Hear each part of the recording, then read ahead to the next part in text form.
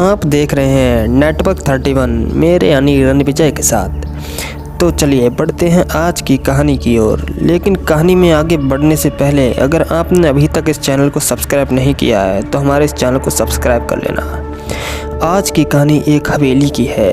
बहुत समय पहले की बात है। एक छोटे से गांव के किनारे एक विशाल और डरावनी हवेली खड़ी थी। यह हवेली कई सालों से वीरान पड़ी थी और आसपास के लोग इस हवेली के बारे में बस यही जानते थे कि यह जगह शापित है।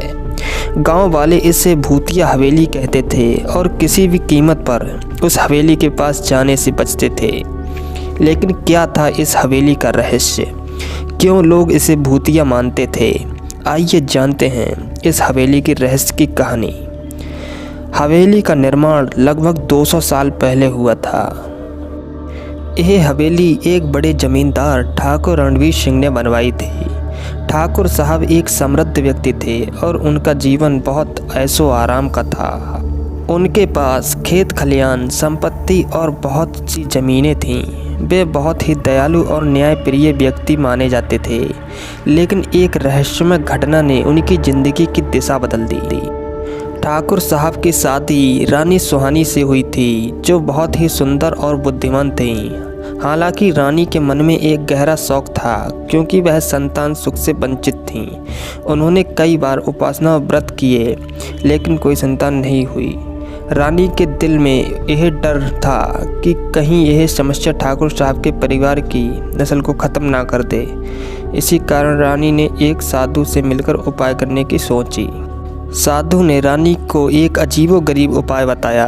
तुम्हें अपनी हवेली के आंगन में एक पवित्र यज्ञ करवाना होगा, लेकिन ध्यान रहे इस यज्ञ में किसी निर्दोष व्यक्ति की बलि दी जानी चाहिए, तभी तुम्हें संतान सुख मिलेगा। रानी, जो बहुत परेशान थीं, उन्हें साधु से कहे अनुसार यज्ञ कराने का निश्चय किया।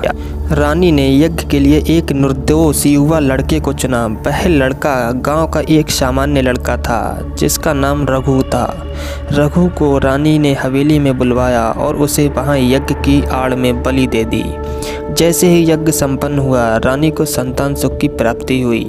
लेकिन यह जीत बहुत महंगी थी। रानी के दिल में एक अजीब सा अपराध बोध था, जो धीरे धीरे उन्हें मानसिक रूप से विकृत करने लगा।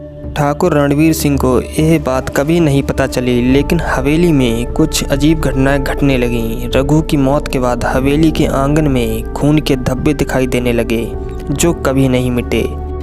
हवेली के बगीचे में रात के समय अजीब आवाज़ें सुनाई देती थीं। लोग कहते थे कि रघु की आत्मा हवेली में भटक रही थी और वह अपना बदला लेना चाहती थी। समय के साथ रानी और ठाकुर साहब की संतान हुई, लेकिन यह खुशी ज़्यादा दिन नहीं रह पाई। रानी के अंदर एक अजीब सी विकृति आ गई। वह दिन व दिन अधिक पागल होने लगी। रानी को हमेशा यह लगता था कि रघु की आत्मा उसके पास है और वह उसका पीछा कर रही है। रानी ने अंततः हवेली के एक कमरे में खुद को बंद कर लिया और कुछ महीनों के बाद उनकी मृत्यु हो गई। उसके बाद हवेली में और भी अजीब घटनाएं घटीं। कोई भी नया व्यक्ति हवेली में कदम रखने की हिम्मत नहीं कर पाया।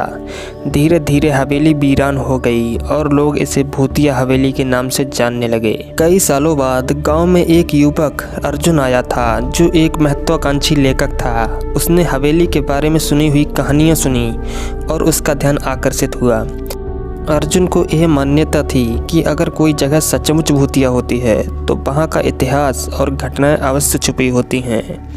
वह उस रहस्यमय हवेली के बारे में जानने के लिए काफ़ी उत्साहित था। अर्जुन ने अपने दोस्त रोहन को साथ लिया और एक दिन हवेली की ओर चल पड़े।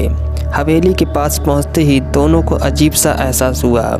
हवेली का माहौल बहुत ही घना और भव्य था, लेकिन अर्जुन ने तय कर लिया कि वह इस रहस्य का पर्दाफाश करके रहेगा।